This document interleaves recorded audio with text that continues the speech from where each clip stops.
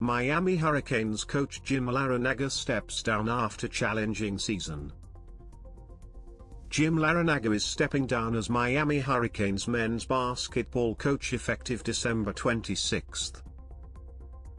This decision marks a significant shift in the landscape of college basketball coaching. Larranaga led Miami to its historic first Final Four just 2 seasons ago. The team's struggles this season prompted the coach to make this difficult choice. Fans will now anticipate the next chapter for the Hurricanes basketball program. Stay tuned for updates on the Hurricanes' new direction.